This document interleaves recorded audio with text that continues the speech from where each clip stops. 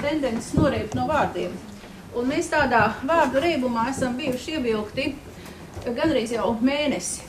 Un uzturēt vai uzdot jautājumu par dialogu filozofam nav vajadzības, jo filozofija pat par sevi ir dialogs. Tā ir sākusies, tā pastāv un tā turpinās. Un šī dialoga atvērtība nodrošina dažādi termini. Sākot no jautājuma un atbildes, beidzot ar izteikumu, rūpēm, ir visdažādākā veida lietas, kā to aprakstīt. Filozofija tomēr vairāk vai mazāk vienmēr ir saistīta ar to, ka tā ir bijis līdzība ar tiesas procesu. Bet vienmēr filozofija ir turējušies pie apoloģijas. Tātad tie ir bijuši aizstāvības pusē.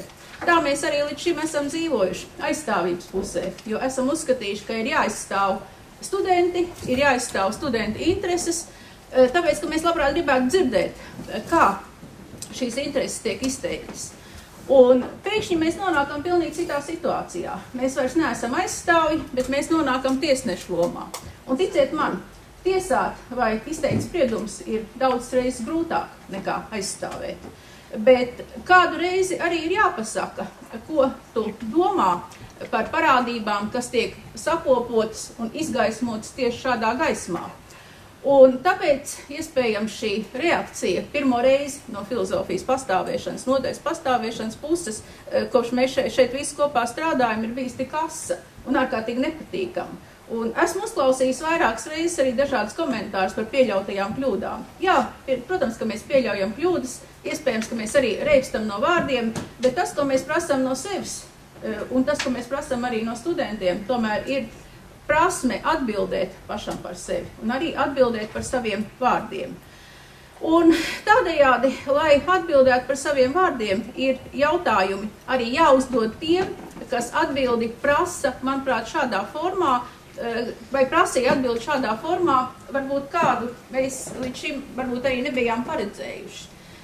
Un no šāda viedokļa man šķiet, ka ir diezgan grūti saprast par to, kāpēc tad ir trūcis šīs atklātības, vai kāpēc ir trūcis šīs savstarpējās ieinteresētības, kopējās rūpēs par studiju procesu. Tās jau mums viss ir kopējas, un nekad mēs neesam apgalvojuši, ka mūsu programmā viss ir kārtībā, un ka šeit viss ir ideāli, un ka šeit nevajadzētu jautāt pēc pārmaiņām, vai mēģināt ierosināt šīs pārmaiņas tā, lai mēs izveidot programmu pēc iespējas pilnīgāku, jo iespējams jau arī tie mūsu centieni pēc iespējas vairāk un labāk mēģināt noskaidrot studentu intereses, reizēm izraisa tādu atbildes reakciju, ka šķiet, ka šeit nekas nav iespējams. Man šķiet, ka dialogs ir iespējams, un ja dialogu nebūs arī filozofijas. Bez dialogu filozofija nekad nevarēs pastāvēt. Bet filozofijā ir svarīgi arī pastāvēt uz savu taisnību un kādā brīdī pateikt, es tā domāju. Un es tā domāju, ka izteikt apgalvojumus bez pierādījumiem nedrīkst neviens, ieskaitot filozofus, jo filozofija nav tukša runāšana. Tādējādi, kad mēs runājam, es mēģinu atbildēt par saviem vārdiem. Jūs redzējat, ka kolēģi mēģina atbildēt par saviem vārdiem, saviem darbiem, un to pašu mēs prasam arī no studentiem. Jo arī studenti ir pieauguši cilvēki, kas šeit ir atnākuši sarunāties, un arī viņiem ir šī atbildība par saviem vārdiem. Nu, tas arī viss, ko es šodien varbūt īsumā gribēju teikt. Domāju, ka atbildība ir nepieciešama, jo atbildība vienlaikus ir arī atbilde. Un, ja ir atbilde, tad tai seko arī nākošais jautājums.